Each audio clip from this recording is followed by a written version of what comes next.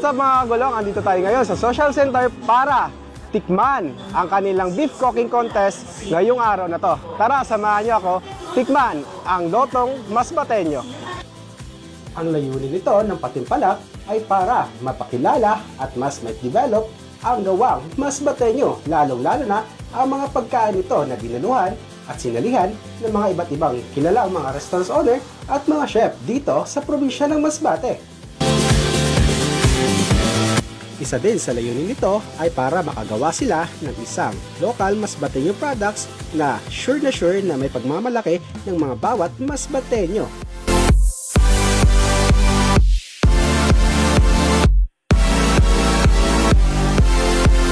This is the time po para ipakilala natin ang ating original Masbateño cuisine at para makadevelop ng original Masbateño dish.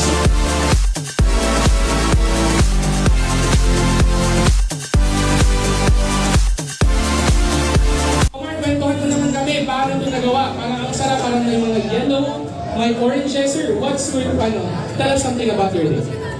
Napili ko po itong dish na to kasi gusto ko po yung kumain yung roots saka yung beef. So yung orange po yung napili ko para po sa aking lulutuin. Mas maganda naman po, mas maganda naman po yung orange. Gusto ko kumain mo sa beef.